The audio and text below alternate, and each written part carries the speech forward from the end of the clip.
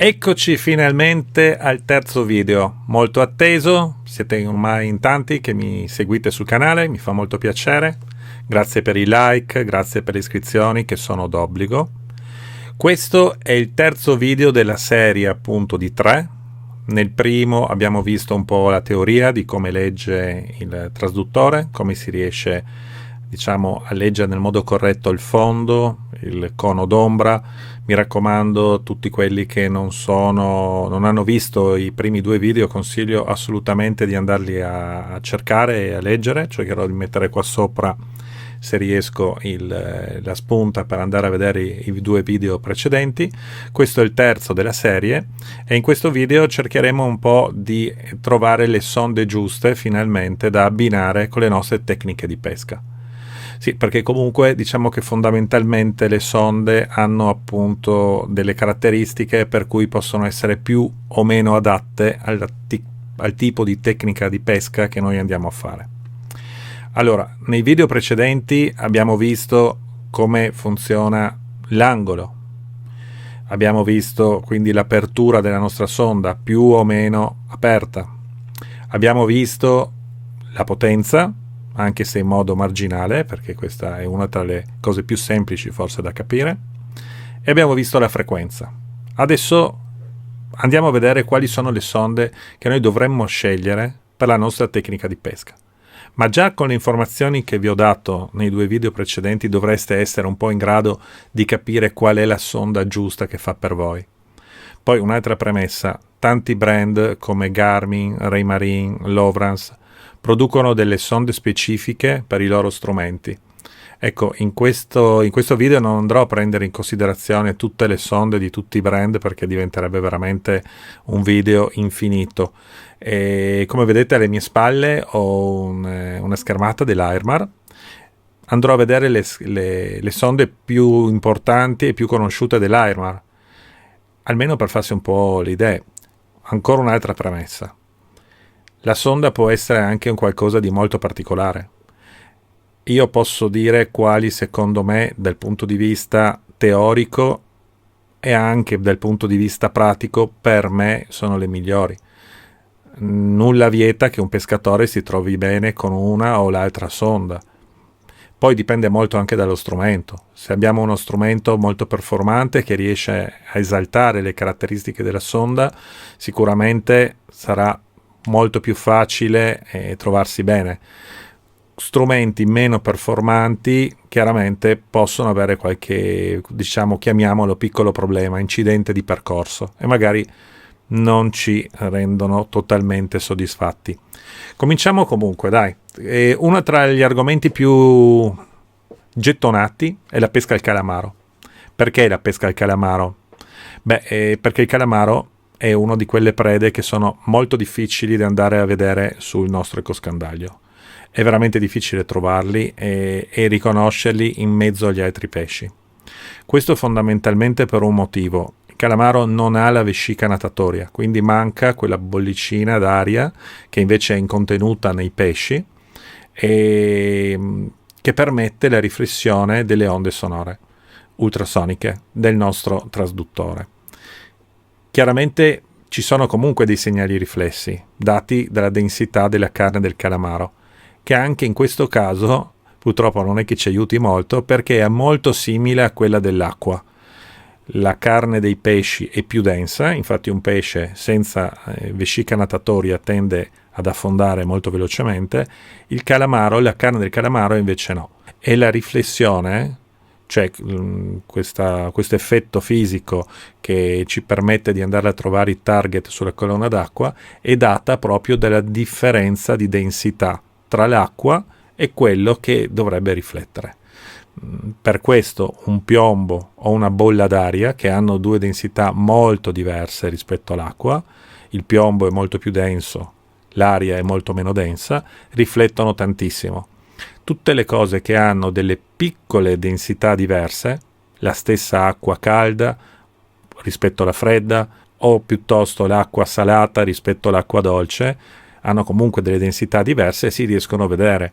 Nel caso della temperatura abbiamo un termoclino, nel caso di acqua più o meno salata, questa situazione si trova di fronte ai grandi fiumi italiani, per esempio, beh, lì avremo una specie di termoclino, ma questa stratificazione può essere data proprio dall'acqua dolce o l'acqua salata, o della temperatura anche diversa tra le due tipi di acqua. Va bene, comunque torniamo in careggiata, continuiamo a parlare, anzi iniziamo a parlare di queste benedettissime sonde. Andiamo adesso a vedere insieme come sul sito dell'AERMAR si possono trovare, leggere, scegliere anche le sonde. Cambiamo l'impostazione.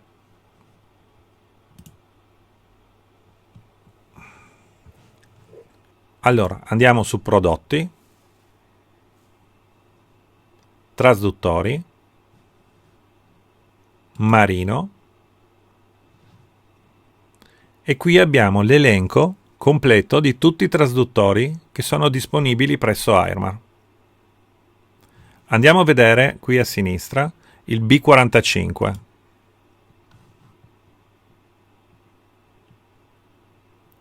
Le cose più importanti si trovano già qui sulla prima pagina. Caratteristiche. Sensore di profondità, temperatura dell'acqua, risposta rapida. Ok, 600 watt di potenza, 50 kHz con un fascio di 45 gradi, 200 kHz con un fascio di 12 gradi. Per curiosità, andiamo a vedere la copertura inferiore della B45, cioè la superficie del fondo che riesce a illuminare.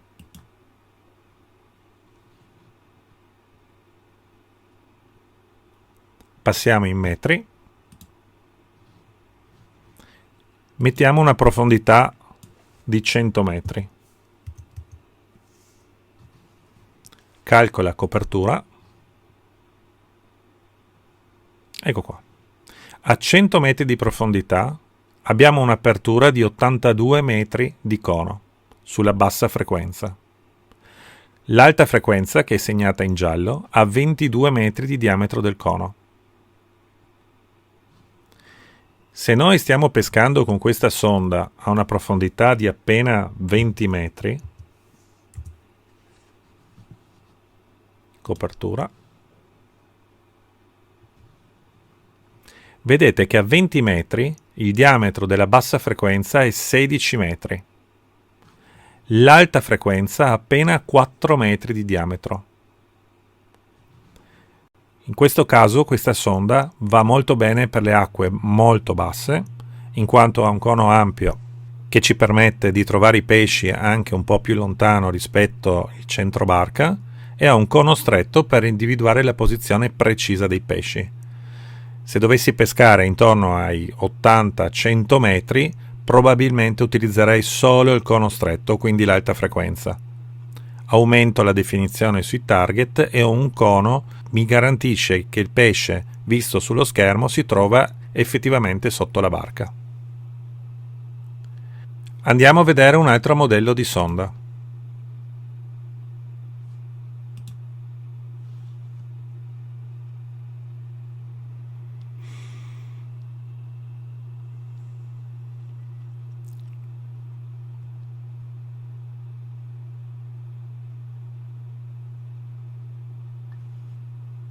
TM150M. Si tratta di una sonda da 300 watt, è una CIRP, funziona su una banda tra i 95 e i 155 kHz e l'ampiezza del fascio va da 26 gradi a 17 gradi. È una sonda ottima per quasi tutti i tipi di pesca, direi. Si vedono bene i target fino a una profondità circa di 120-130 metri con facilità, e legge molto bene anche il fondo, quindi è ottima anche per fare l'analisi del fondo. È una sonda di potenza relativamente bassa, ma per chi non pesca troppo profondo di ottime caratteristiche. Vediamo la copertura inferiore.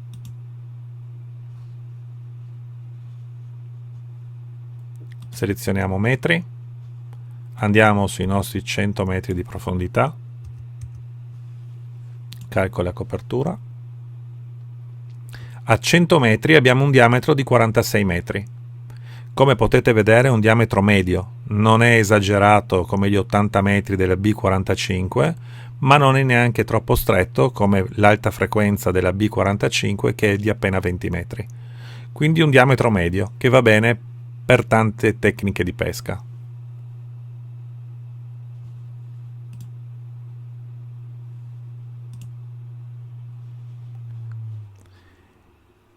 Su questo elenco trovate in pratica tutte le sonde dell'Airmar, sia tipo CIRP che monotono.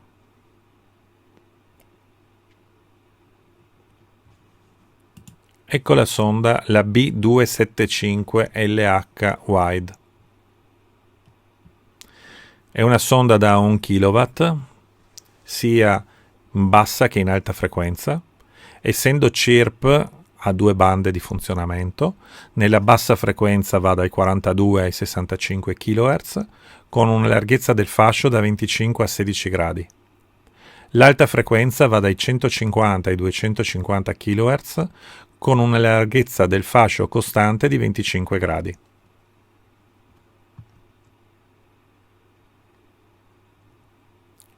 Esiste nella versione anche specchio di poppa TM275LH Wide, oppure da inserire all'interno della chiglia PM275LH Wide.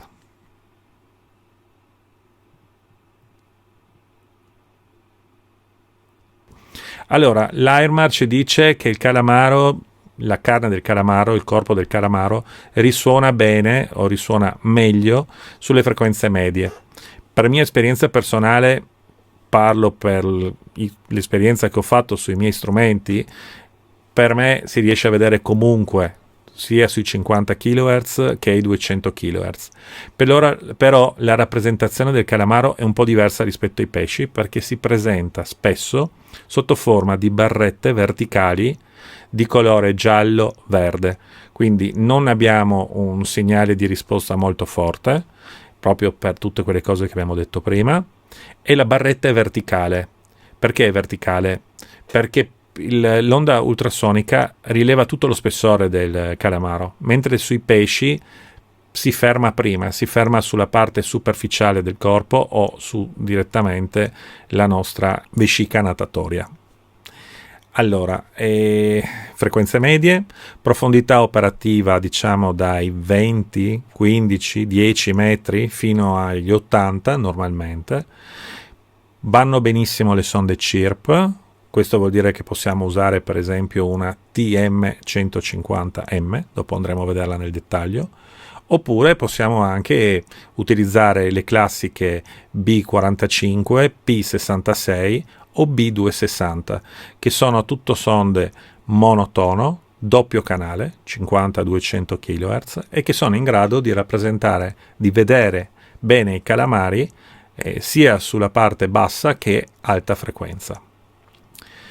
È chiaro che la sonda dopo deve essere abbinata anche allo strumento. Se abbiamo uno strumento CIRP possiamo usare anche benissimo la B265LH o la B275LH Wide. L'unica cosa che c'è da dire, se andiamo a cercare i calamari su profondità un po' più alte, è meglio avere anche un cono più stretto. Se andiamo a cercare i calamari su profondità molto basse, diciamo dai 0 ai 20-30 metri, è meglio avere un cono largo, almeno sulla bassa frequenza. Questo per riuscire a intercettarli anche quando non sono proprio sotto la barca. E dopo magari con il cono alto andarli a cercare e definire esattamente come posizione. Anche perché, come esperienza, posso dire che quando vado a pesca di calamari, se non metto il tataki proprio, diciamo, entro i 2-3 metri di distanza dai calamari, spesso non ho attacchi, a meno che non siano in assoluta attività. Invece anche quando sono, diciamo, fermi senza essere in attività, dandogli i tataki proprio a portata di tiro, è molto più facile pescarli. Quindi per i calamari vanno bene le sonde basiche, non serve andare su cose molto specifiche. ricordarsi di usare la bassa frequenza per andare alla ricerca di calamari un po' più lontano rispetto alla nostra verticale, l'alta frequenza per definire esattamente il punto dove andiamo a pescare, dove dobbiamo calare il nostro tataki. Tenete sempre in considerazione anche la corrente, che tende a spostare un po' le nostre lenze, quindi andiamo sempre a monte rispetto alla corrente per essere in grado poi di posizionare le esche proprio nel punto preciso. Fatti i calamari, cosa facciamo? Possiamo andare a fare traina, per esempio, traina con il vivo. Allora, la traina con il vivo, lì abbiamo un discorso che è leggermente diverso. Mentre sui calamari dovevamo stare molto attenti ai target e riconoscere il calamaro in mezzo alle mangianze, in mezzo a tanti altri piccoli pescetti che si possono trovare sul fondo, quando andiamo a traina con il vivo dobbiamo dare una certa precedenza anche alla struttura della secca, della costa dove stiamo trainando. Lì abbiamo due possibilità: o trainiamo in mezzo a scogli isolati, magari in mezzo alla sabbia o al fango che escono dal fondo, e lì è tutto sommato più semplice, riconosciamo questi scogli perché la nostra linea di fondo si inspessisce, quindi andiamo benissimo con una bassa frequenza. Anche qui va molto bene la B45, 45 gradi di cono. Però se andiamo a pescare oltre i 50-60 metri, io direi che bisogna utilizzare o la B260 da 1 kW, che ha il cono un po' più stretto, oppure la B265 LH, è la sonda che uso io comunemente. Questa sonda mi permette sia di fare un'ottima analisi del fondo con l'alta frequenza, quindi trovare le scadute, le cigliate, ma anche fare un'ottima ricerca del pesce, sia il pesce foraggio che eventuali predatori. Regolazione sempre fatta sul fondo, quindi quando andiamo a regolare il gain, clutter, cancella colore, mi raccomando, lavoriamo sempre sulla parte che interessa a noi, cioè il fondo. Se siamo oltre i 20-30 metri è d'obbligo utilizzare lo shift, se non è disponibile utilizziamo lo zoom sul fondo, e una regolazione del gain che sia l'acqua pulita, ma solo la profondità dove noi concentriamo la pesca. Se sopra si sporca non ha importanza. Però per queste regolazioni vi invito ad andarsi a vedere un altro video che dovrebbe essere uscito oppure uscirà a breve. Un altro video dove andremo a vedere come regolare gain, clutter, cancella colore e anche TVG. Ma torniamo di nuovo sulle sonde. Vorrei aprire una piccola parentesi tra la B265 LH e la B275 LH Wide. Questa è una domanda che mi viene fatta spesso. Tanti mi dicono qual è la sonda migliore secondo me, perché io non opto per la 275, e allora voglio spiegarlo anche qui. La 275 è un'ottima sonda, costa anche di più rispetto alla 265, ma per me, per la traina con il vivo, non è il top. È meglio la 265, per un motivo molto semplice. La 265 mi dà l'opportunità di utilizzare due coni, quindi un cono più stretto e un cono più largo. La 275 invece ha praticamente due coni identici, sia sulla bassa che sull'alta frequenza. Tanti mi dicono sì, ma è meglio utilizzare l'alta frequenza, avrò più definizione.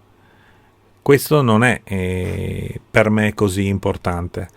In questo momento con il CIRP sulla bassa frequenza io sono in grado di avere una definizione veramente molto alta. Non sento la necessità di avere ulteriore definizione, però mi serve un cono stretto. Quando sto vicino a una cigliata, per tutte quelle problematiche che abbiamo visto nei primi due video, soprattutto nel primo video dove vi mostravo il cono d'ombra e le problematiche legate adesso sulle sonde, dicevo, un cono stretto mi permette di stare molto più vicino e controllare molto meglio l'andamento del fondo, che è la cosa per me fondamentale. Quindi o vado con l'alta frequenza o vado con la bassa e l'alta frequenza. Se ho la possibilità di avere due schermi posso anche scegliere di mostrarli entrambi, oppure nel caso se uno ha a disposizione un DFF 3D della FOR1, beh, in questo caso una parte dello schermo lo userò assolutamente per controllare la sezione del fondo, ma anche questa è una cosa che vi rimando su un altro video, perché qui voglio parlare delle sonde normali e non dei multibeam. Bolentino di profondità. Bene, il bolentino di profondità io lo intendo per profondità superiori ai 200-300 metri.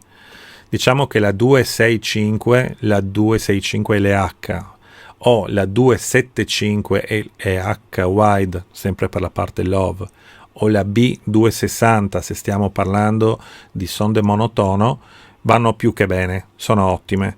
E riesci a vedere il fondo facilmente fino a 500 e anche oltre metri. I target riesci a distinguerli bene fino a 300-400 metri senza problemi. Con una B45 o una P66, che sono sonde invece monotono da 600 watt, diciamo che la bassa frequenza si ferma intorno ai 350-400 metri per vedere il fondo. I target si riescono a leggere fino a circa 200 metri di profondità. Con la classica TM150M, media frequenza CIRP, si riesce a leggere bene il fondo anche a 300-350 metri e i target fino ai 150. Quindi diciamo è più adatta per un bolentino di media profondità. Altre sonde particolari, bene, se facciamo train ad altura o drifting al tonno, il mio consiglio è usare una B45 o una P66. Sono sonde che hanno 45 gradi di angolo e questo vuol dire avere veramente tanta apertura del cono. Quando sono a circa 100 metri di profondità, l'area che riesco a coprire è intorno proprio agli 80-100 metri, quindi un cono molto aperto. Nella pesca del tonno a drifting, avere il cono aperto ti dà dei grandissimi vantaggi. Quindi la B45 e la P66, anche se sono sonde economiche, vanno assolutamente bene. La stessa cosa se sto pescando in acque poco profonde. Se sto pescando entro i 20 metri di profondità, e sto pensando in questo momento per esempio all'Alto Adriatico, una sonda col cono molto largo è meglio che una sonda con il cono stretto. Non ho bisogno di potenza. Quindi una B45, una P66, di nuovo, mi permette di andare a vedere e trovare target che sono un po' spostati rispetto alla verticale della barca e li riesco a vedere assolutamente molto bene, anche se sono monotono e non CIRP. Esistono dopo sonde specifiche per la traina d'altura. Per esempio una è proprio la B275LH wide. Perché? Perché l'alta frequenza, in tutte le sonde queste, è meno sensibile alle turbolenze dell'acqua. Quindi avere una sonda che abbia il canale alta frequenza con un angolo molto aperto e che sia poco sensibile alla turbolenza dell'acqua ci permette di andare con il fisherman a una certa velocità e riuscire a vedere anche tutti i target. Questo è sicuramente un vantaggio per chi pesca in altura con fisherman anche grandi o importanti. Poi ci sono ancora altre sonde, sempre per l'altura, che nascono appositamente, si chiamano ultra wide dell'Airmar, però sono da 2-3 kW, quindi queste io penso di trattarle su un altro video dove andrò a vedere magari sonde un po' più particolari. Adesso vorrei rimanere sulle cose più classiche e più standard. In tutti questi casi che vi ho dato fino adesso è sempre da tenere presente l'installazione della sonda. Anche qui ci sarà un video fatto apposta, perché avere la sonda installata male pregiudica in un modo completo il funzionamento della stessa. Bisogna scegliere la sonda giusta, se una sonda deve essere messa a poppa, se deve essere passante, se deve essere a filoscafo. Fondamentalmente sonde a poppa vanno bene sulle barche plananti con motori fuori bordo o al limite entro fuori bordo. Sui motori entro bordo bisogna mettere sempre sonde o passanti o interno scafo. Le sonde interno scafo si possono mettere solo se lo scafo non ha la schiuma, quindi è vetroresina piena e ovviamente che non sia neppure di legno. Nel caso di scafi in alluminio bisogna usare sonde completamente in plastica. Un'altra cosa, le sonde tipo la P66, la B45 sono identiche, anche se cambiano il case, il corpo. La P66 di poppa è in plastica, la B45 è in bronzo, ma dal punto di vista pratico l'elemento, il cristallo che sta all'interno della sonda è identico, quindi non cambiano le prestazioni tra una sonda in plastica o una sonda in bronzo. Cambia solo il tipo di montaggio, il tipo di installazione che uno deve fare. Sulle barche molto veloci è meglio mettere sonde a filo, tipo la B150M. In questo caso le sonde a filo hanno anche un'altra caratteristica, hanno l'elemento tilted, cioè l'elemento che sta all'interno della sonda è posizionato in un certo modo per supplire l'inclinazione della carena. Bisogna stare attenti a installarle nel modo corretto e soprattutto prendere la sonda che abbia i gradi giusti per la propria carena.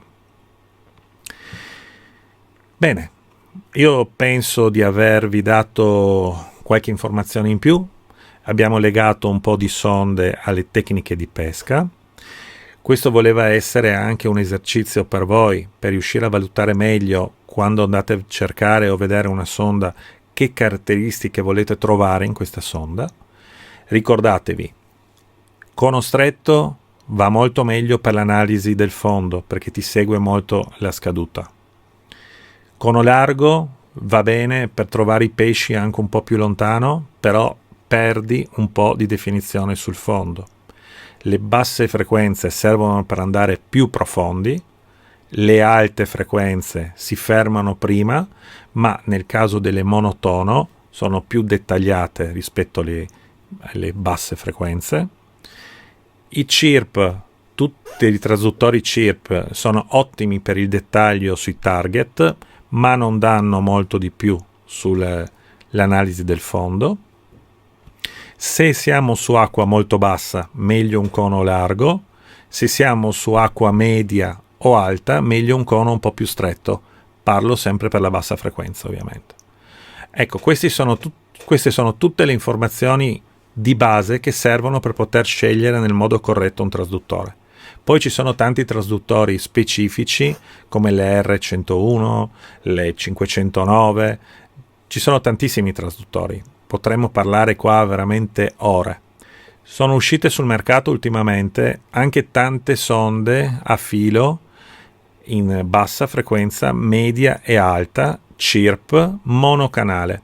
Sono sonde tutto sommato interessanti, che hanno un costo un po' più contenuto rispetto alle bicanali, e lì bisogna fare delle scelte. Fondamentalmente per chi va a profondo la scelta è unica, bisogna andare su una bassa frequenza.